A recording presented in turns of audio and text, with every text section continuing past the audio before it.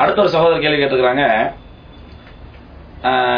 டிவியினால் ஏற்படக்கூடிய பாதிப்புகளை பற்றியும் அதை நீங்க கொஞ்சம் சொல்லுங்க, என்னுடைய மனைவி குழந்தைகள் எல்லாம் ரொம்ப பிரயோஜனமா இருக்கும் அப்படின்னு சொல்லி துபாயில இருந்து சகோதரர் கேட்டிருக்கிறாங்க. சகோதரர்களே, ஒரு விஷயத்தை நீங்க புரிஞ்சுக்கணும். டிவி என்பது ஒரு மீடியா. இதை ஒட்டுமொத்தமா ஹராம் அப்படின்னு சொல்லி ஒதுக்கிட முடியாது, ஒட்டுமொத்தமா ஹலால் அப்படின்னு சொல்லி நம்ம வச்சுக்கவும் முடியாது.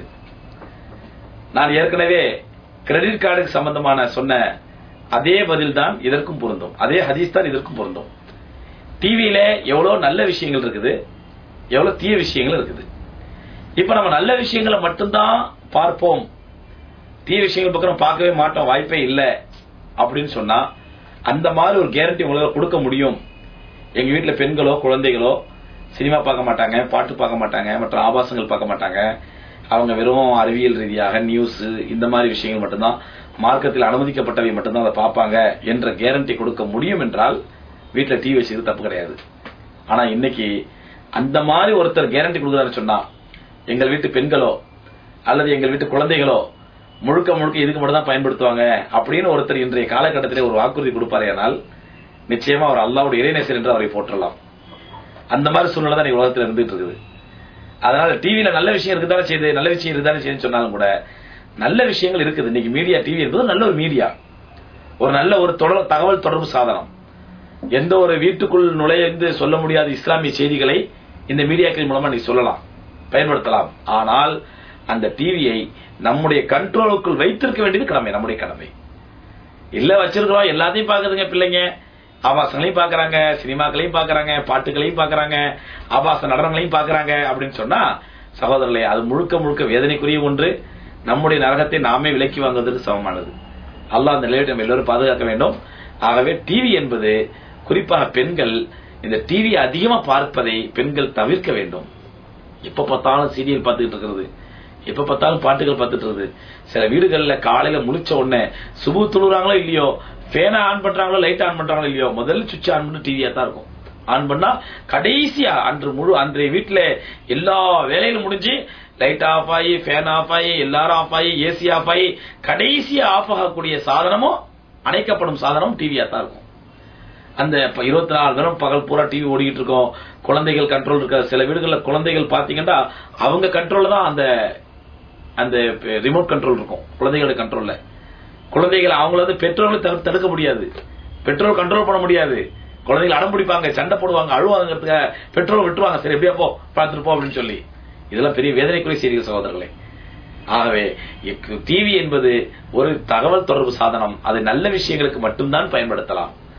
நம்ம அதை சீரியல் பார்க்கறதுக்கோ சினிமா பார்க்கறதுக்கோ பாட்டு பார்க்கறதுக்கோ பயன்படுத்தினா அல்லாஹ்விடத்திலே நாம் தௌபா செய்ய கடமைப்பட்டிருக்கிறோம். அல்லாஹ்விடத்தில் தௌபா செய்ய வேண்டும். அது நம்முடைய நேரங்களை பாழடிக்கக்கூடிய, அல்லாஹ் குர்ஆன்ல சொன்னான் லஹ்வல் ஹதீஸ், அதாவது வீணான பேச்சுக்கள், வீணான விஷயங்கள். இது எந்த அளவுக்கு அவருடைய குடும்பத்திலே அவருடைய இபாதத்திலையும் பாதிப்பு ஏற்படுத்துதுன்னு சொன்னா, அதனால தொழுகையை விட்டுட்டு உட்கார்ந்து அந்த தவறுகளை செய்யக்கூடியவர்களா இருக்கிறாங்க. ஆகவே அந்த நிலையை விட்டு பாதுகாப்பதற்கு அல்லாஹ்விடத்தில் துஆ செய்ய வேண்டும். டிவி என்பது ஒரு தகவல் தொடர்பு சாதனம், அதற்கு மட்டும்தான் அதனை பயன்படுத்த வேண்டும். அடுத்த கேள்வி சகோதரர் கேட்டிருக்கிறாங்க, ஹிஜாப், பெண்கள் ஹிஜாபை பத்தி கொஞ்சம் சொல்லுங்க. அதாவது என்னுடைய மனைவி அந்நிய ஆண்கள்ட்ட நின்று பேசுறாங்க, கொள்றாங்க, அவங்களுக்கு ஹிஜாபுடைய முக்கியத்துவம் தெரிய மாட்டேங்குது, நான் எவ்வளவு சொன்னாலும் கேட்க மாட்டேங்கிறாங்க, அவங்களுக்கு கொஞ்சம் ஹிஜாபை பத்தி சொல்லுங்கன்னு சொல்லிருக்காங்க. முதல்ல தாய்மார்கள் புரிஞ்சுக்கணும், அல்லாஹ் ரப்பல் ஆலமீன் சூரத்துல் ஃபுர்கான்ல சொல்றான்.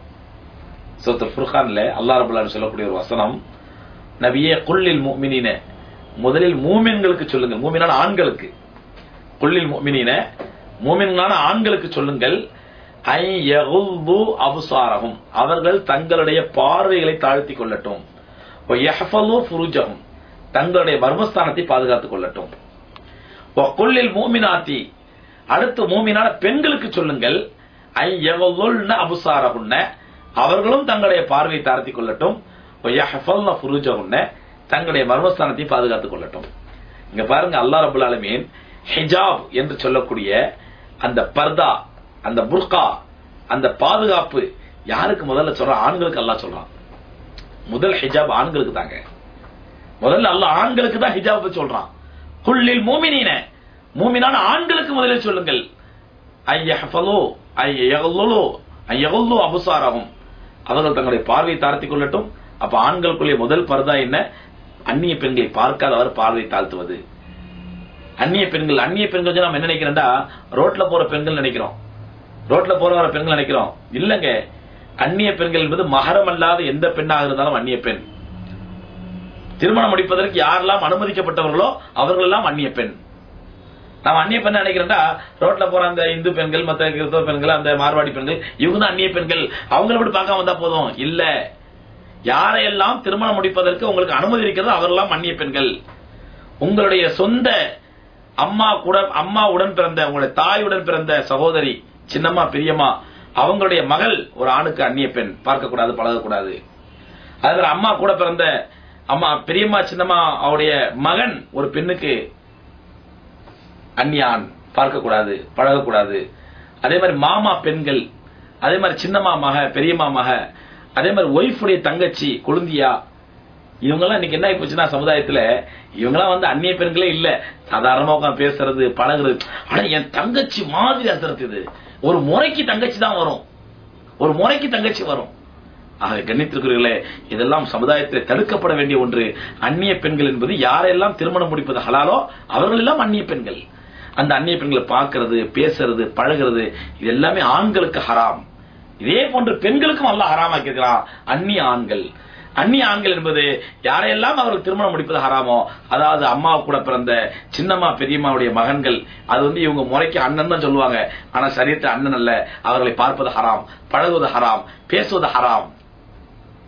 அதே மாதிரி அக்கா புருஷன், இன்னைக்கு நிறைய வீடுகளை பெரிய கொடுமை என்னன்னு சொன்னா, கொழுந்தியா அக்கா புருஷனை கிண்டல் பண்றது, கேலி பண்றது, முன்னாடி நின்று சிரிக்கிறது, அந்த அக்கா புருஷன் கொழுந்தியாவை தொட்டு பேசுறது, அடிச்சு பேசுறது, விளையாடி பேசுறது, இதெல்லாம் எவ்வளவு பெரிய ஹராம்ங்க, இது எவ்வளவு பெரிய பாவம் இது. ஆகவே அல்லாஹ் ரப்பல் ஆலமீன் மூமின் சூரத்து நூறுல பெண்களுக்கு கட்டளையிடுகின்றான், மூமினான பெண்களே வலா தஹலஅன பில் கவுல், நீங்கள் அந்நிய ஆண்களிடத்திலே நளினமாக பேசாதீர்கள். பேச்சில கூட நீங்க நளினத்தை காட்டிடாதீங்க. அப்புறம் உங்களுடைய உடல்ல, அசைவுகள்ல, உங்களுடைய நடவடிக்கை நல்லா ரெண்டாம் பட்சம். பேசுறது கூட ஒரு அந்நியான்ட்ட பேசும்போது சொல்லுங்க, எப்போ வந்தீங்க அப்படின்னு நளினமா பேசாதீங்க, அடிக்கிற மாதிரி பேசுங்க. உங்க பேச்சை பார்த்து அரண்டு போனவன், ஆஹா அந்த பொங்கலை இப்படி பேசுது அப்படின்னு சொல்லி, வலா தஹலஅன பில் கவுல், நளினமாக பேசாதீர்கள் அல்லாஹ் சொல்றான்.